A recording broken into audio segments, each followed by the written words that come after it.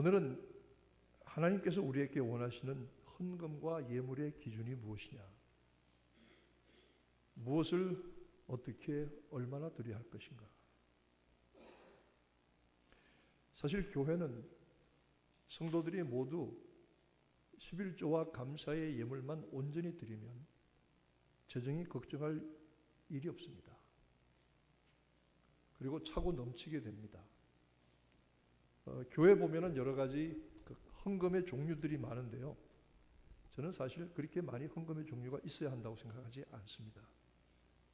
11조와 감사만 온전히 드리면 어느 교회든지 재정에 부족함이 없게 되는 것입니다. 일본 선교사님의 말씀을 들어보니까 일본 사람들 전도하기가 얼마나 어려운지 모른대요. 우리처럼 아파트 문 두들기고 들어가서 예수 믿으라고 전도지 주거나, 길 가는 사람 붙잡고 예수 믿으라고 전도지 나누거나, 차 타고 가는 사람 옆에 앉아서 전도했다가는 아주 무식하고 무례하고 막대 먹은 사람 취급을 받는답니다. 일본 사람 전도하기가 얼마나 어려운지 모른대요. 그런데 한 사람 전도해서 복음을 받으면, 세례받으면 그날부터 주일 출석은 말할 것도 없거니와 11조 철저하게 한다는 것입니다. 우리의 신앙생활에 가장 첫 번째, 우리의 신앙생활을 통해서 나타내야 할 믿음의 표현들이 이 예배와 10의 1조를 온전히 드리는 것이죠.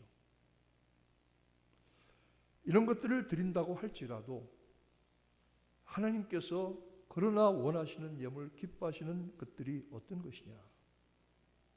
오늘 성경은 진정한 감사와 하나님 받으실 만한 예물이 어떤 것이냐에 대해서 말씀하고 있습니다. 예수님께서 성전에서 부자들이 헌금하는 것을 보셨어요. 부자들이 헌금할 때는 티가 납니다. 우선 옷 입고 들어오는 것도 티가 나고 돈의 크기나 색깔도 다릅니다. 헌금함에 돈을 넣을 때 퉁퉁 떨어지는 소리가 날 것입니다. 그런데 이 가난한 과부는 2렙돈 적은 동전을 넣었습니다. 기껏해야 우리 돈으로 1불이나 2불이 되는 아주 적은 돈입니다. 이 헌금을 그저 부끄럽게 송구한 마음으로 드렸는데 주님께서 의외로 이 부자들은 많은 것 가운데서 풍족한 가운데서 드렸거니와 이 가난한 과부는 자기의 가진 모두 자기의 생계비 전체를 드렸느니라, 이렇게 말씀합니다. 이 교회도 운동권들이 있어요. 좌파적인 시각을 가진 사람들이 있어요. 그분들이 뭐라고 주장하느냐 하면, 이것 가지고 목사님들이 과부의 엽전두의 받으시 헌금 많이 하라고 얘기하지 마라. 주님께서 그렇게 말씀하려고 한 것이 아니다.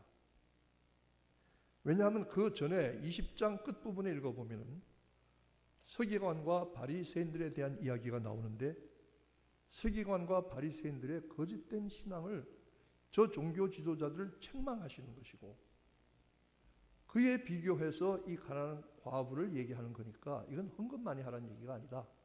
왜 목사님들이 가난한 과부 엽전 두입 가지고 헌금 많이 하라고 얘기하느냐?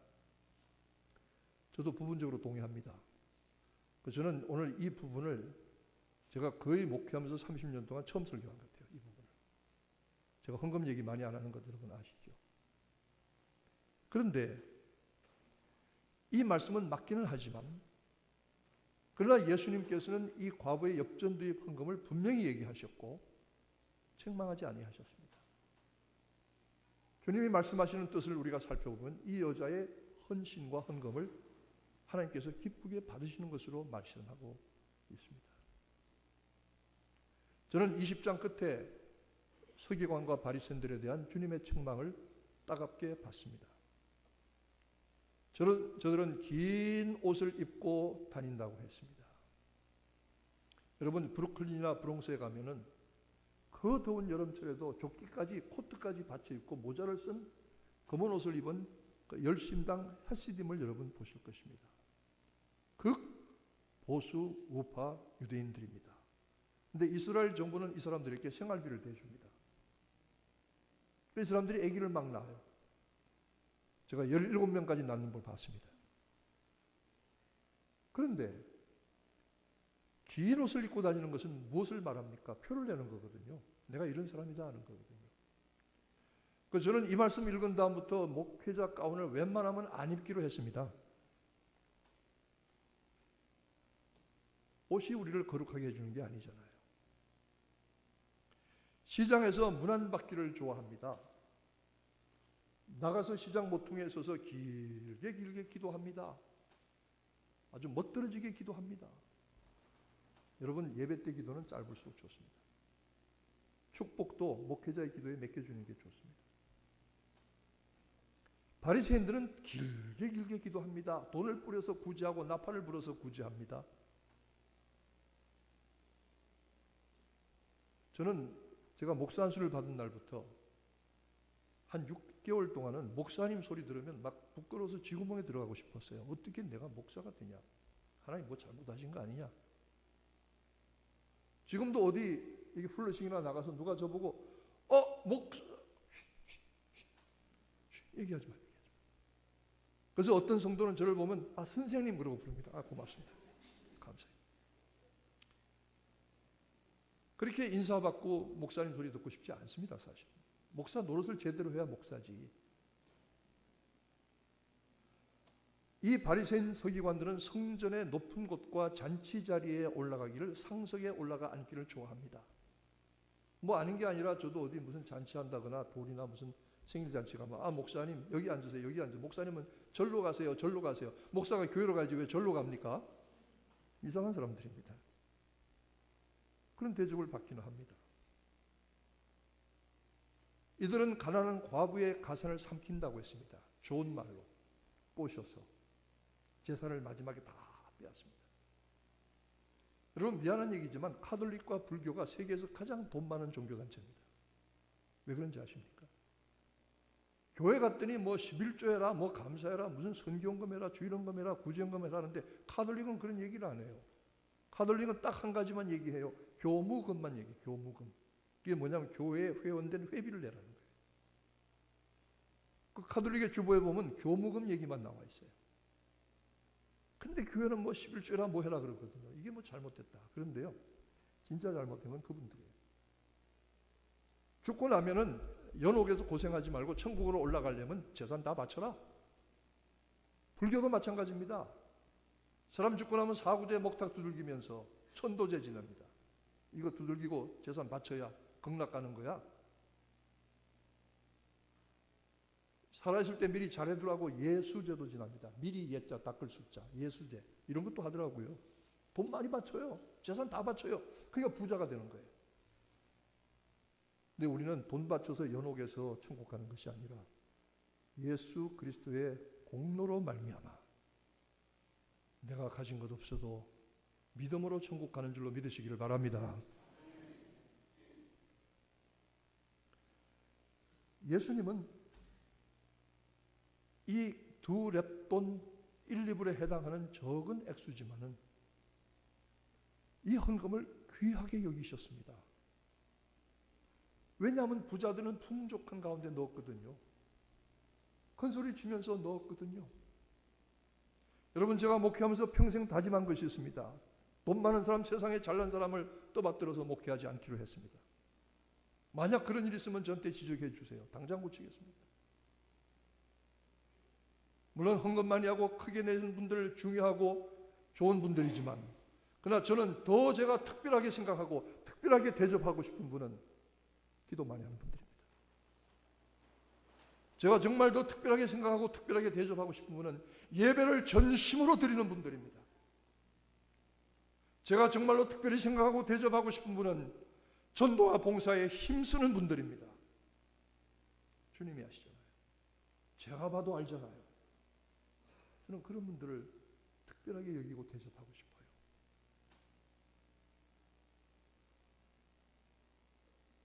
제가 전에도 했던 얘기지만 평생 잊혀지지 않는 기억이 있어서 다시 얘기합니다. 다른 도시에서 미국 교회를 한번 갔어요. 미국 교회가 극장식으로 이렇게 계단이 가파르게 되어 있어요. 개인 접는 의자를 앉으면 앞에 사람이 보여요. 헌금 시간이 돼서 헌금 보울이 왔어요. 그릇이 왔는데 앞에 어떤 귀부인이 앉았어요. 그래서 옷 입은 옷과 그가 폐용한 그 보석들과 그리고 그가 든 여러 가지 그 분위기가 보통 이 평범하고 가난한 사람 아니에요. 아주 있는 사람이에요. 나는 가끔 성도들이 교회에 몇천 불짜리 구찌 가방 들고 오는데요. 그 안에 돈이 얼마나 들었는지 모르겠어요. 궁금해요. 그러면 한 5천 불짜리 가방 드셨으면 한 5천 불은 가지고 다니시겠죠? 이분은 그 비싼 가방을 열어서 헌금하려고 지갑을 꺼내는데 지갑을 쭉 훑어보는데 제가 무심코 봤어요. 보려고 한 게 아니라 앞에 이렇게 보이니까. 미국 사람들 헌금 어떻게 하나. 쫙 찾는데 아무리 봐도 1불짜리가 없는 거예요. 1불짜리가. 그 지갑을 돌아놓고는 동전 지갑을 꺼내서 쿼러내기를 꺼내가지고 그걸 헌금 그릇에 넣더라고요. 저는 그걸 보는 순간에 막 속에서 막 힘이 올라왔어요. 제가 그럴 자격이 있는지는 모르지만 막 분한 거예요. 내가 얼마나 분한지 몰라요. 그래서 벌떡 일어나서 그랬어요. 하나님이 거짓 줄 아냐고 말이야. 소리 콱 치려다 여기까지만 하고 말았죠. 제가 간이 작아서 못해요. 얼마나 화가 나는지 몰라요. 그걸 보면서 화낼 자격이 있는지 모르지만 정말 화가 나더라고요. 하나님이 거짓냐고. 하나님이 거짓냐고.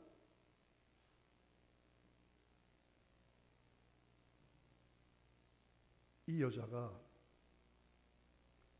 그저 1, 2불에 해당되는 그날 한 끼 먹고 그럼 그 다음에 아무것도 대책이 없는 사람이 자기의 생활비, 생계비 전부를 넣었다고 했는데 제가 항상 설교하기 전에 헬라 원문을 연구하고 오는데 그게 보니까 자기의 생계비라고 된 헬라 원어가 뭐냐면 바이언이에요. 바이언이 뭐냐면 바이어스. 바이오가 뭐예요? 생명이잖아요. 생명. 자기의 생명에 해당되는 부분을 냈다는 거예요. 그러니 하나님이 이걸 받으셨다는 거예요. 예수님 보시기엔 너무 귀하다는 거예요. 하나님이 원하시는 예물은 바로 이런 것이라고 생각합니다. 액수가 많고 적은 것이 아니라 자기의 전부를 드리는 것처럼 드리는 그 예물 하나님께서 골라 받으시지 않겠는가? 골라서 받으시지 않겠는가? 이 과부는 자기의 존재 전체에 대한 깊은 감사를 가지고 하나님 앞에 예물을 드렸다고 보입니다. 자기의 전부를 드리는 것, 가장 의미 있는 것을 드리는 것, 가장 의미 있는 것. 제가 총각 시절에, 청년 시절에 교회 봉사를 열심히 했거든요. 칭찬을 많이 받았어요. 그런데 한 번은 교회 갔더니 교회 의자가 나무 의자가 망가졌어요. 그래서 못을 가져다 망치를 가져다가 또 톱을 가져다가 썰고 그냥 두들겨 박아서 교회 관리 집사님 할 일을 제가 했어요. 막 열심히 했어요. 더운 여름에 우통을 벗고 하다 보니까 나도 몰랐는데 등에 러닝셔츠가 뻥 뚫어져서 등짝이 다 드러나 있었어요. 근데 그것을 뒤에서 지켜보던 어떤 처녀가 그 다음날 저한테 러닝셔츠와 속옷을 선물해 줬어요. 그 처녀가 저 뒤에 지금 앉아 있어요.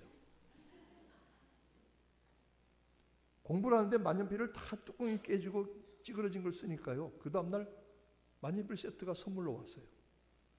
그때 그걸 받지 말았어야 되는데 괜히 그걸 받아가지고 오늘날까지 사람이 물질에 눈이 어두워서 말이에요.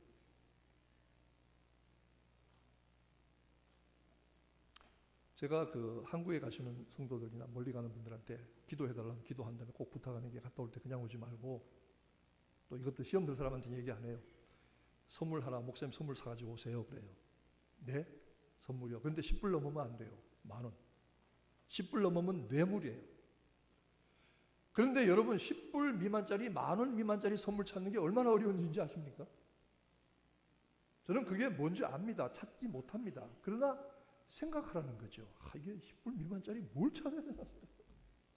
근데 어떤 분이 선물을 딱 포장했는데 포장지에 인쇄가 됐어요. 뇌물하고 인쇄가 됐어요. 그런 것도 제가 받아봤어요. 재밌어요. 의미가 무엇이냐는 거죠. 무엇을 받는 것이 중요한 것이 아니라 그 의미가 무엇이냐는 거예요. 여러분, 한 시대 전에 유명한 미국의 소설가가 있었어요. 오 헨리라는 사람이 있었어요.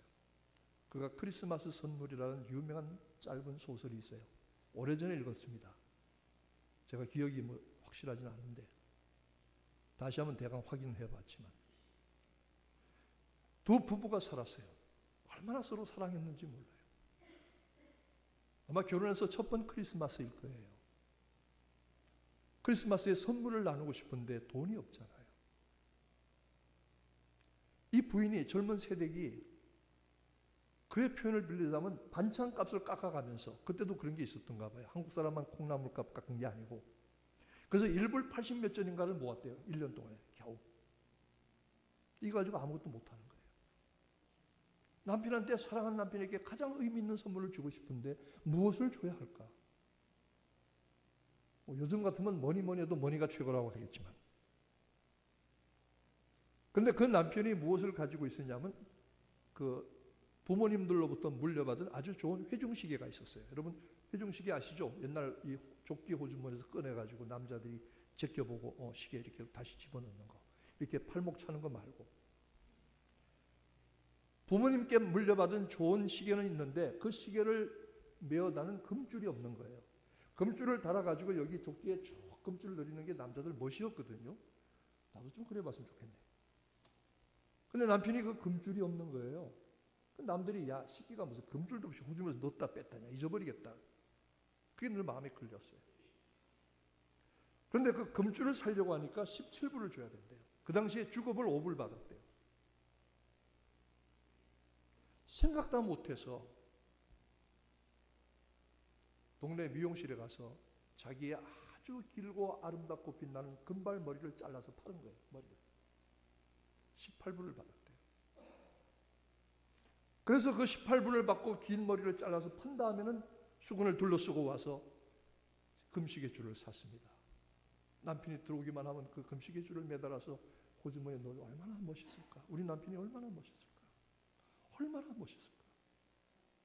떨리는 가슴으로 저녁 요리를 하면서 남편이 오기만 기다립니다. 남편이 들어오는 소리가 열립니다. 문을 열어서 서로 마주쳐보는 순간에 남편이 입을 벌리고 할 말을 잃습니다. 왜냐하면 티파니와 같은 고급 보석상에서 그렇게 비싸진 않지만 보석을 예쁘게 넣은 헤어밴드가 하나 있는데 그 안에 머리에 얼마나 아름답게 어울리는 헤어밴드인데 이걸 남편이 사왔는데요. 자기의 시계를 팔아서 사왔습니다. 가난한 부부가 그 자리에서 끌어안고 울었습니다. 그러나 그들은 저들의 삶에서 가장 소중히 의미 있는 것들을 주고받았던 것입니다. 여러분, 우리가 사람이 사람에게 주는 선물도 그러하다면 하나님께 드리는 예물이 어떤 것이어야 하겠습니까? 저는 헌금 많이 하라는 얘기를 하는 것이 아닙니다. 하나님이 받으시기를 원하시는 예물 어떤 것이겠습니까? 신자는 모든 것이 하나님께로부터 왔음을 믿고 감사하는 사람입니다. 나의 존재, 나의 목숨, 내 재능, 내 소유, 내 학식, 내 사업, 내 직장, 내 가정, 모든 것들이 하나님의 은혜입니다. 이 은혜를 감사할 줄 아는 것이 하나님 골라받으시는 감사의 예물입니다. 모든 것이 주께로부터 왔으니 주께 이 모든 것을 돌려드립니다는 찬송이 있어요. 여러분, 저는 무서워서 못 부르는 찬송이 몇 가지가 있습니다. 그게 뭔지 아십니까? 무서워서 못 부르겠어요, 함부로. 내게 있는 모든 것을 아낌없이 바치네. 무서워서 못 불러요, 그 말을. 355장 무서워서 못 불러요. 아골골짝 빈들에도 소금 같은 거리에도 십자가 내 가지고 가오리다. 그 소리 함부로 못 돼요. 무서워서 못 해요. 청년들이 복음송 찬양을 부르는데 물 가운데 들어가서, 불 가운데 들어가서, 그래서 내가 속으로 웃기네 그랬어요. 불 가운데 가긴 뭘 가. 조금만 근처에 가도 펄쩍 뛸 것들이. 무서워서 못해요. 우리가 하나님을 향한 사랑과 헌신을 함부로 말할 수는 없어요. 그러나 나는 알아요. 하나님은 아세요. 우리의 모든 소유와 우리의 모든 존재와 우리의 모든 것들이 하나님의 은혜인 줄 믿고 전심으로 감사하는 신앙의 고백으로 하나님께 드리게 되시기를 축원합니다. 역대하 16장 9절에 보니까 하나님의 눈은 온 땅을 두루 감찰하사 전심으로 자기에게 향하는 자를 위하여 능력을 베푸시나니. 오늘 여러분 이 자리에 드린 예배가 전심으로 하나님께 드리는 감사의 예배가 되시기를 축원합니다. 감사는 마음에 품는 감정만이 아닙니다. 감사는 말로 표현되어야 됩니다. 손과 발로 드러나져야 되는 것입니다. 모든 것을 주신 하나님께 모든 것을 다 돌리려는 감사를 예배로 드리는 것입니다. 이름 없는 과부, 엽전두입을 드렸지만 전부를 드릴 때에 칭찬을 받고 인정받았던 이 사람처럼 우리도 몸과 마음과 뜻과 정성을 다 드릴 수 있게 되고 그 드림이 감사와 신앙 고백이 되어지기를 주님의 이름으로 축원합니다. 기도하겠습니다. 하나님 아버지, 우리에게 주신 모든 것이 하나님의 은혜요, 감사의 조건이요.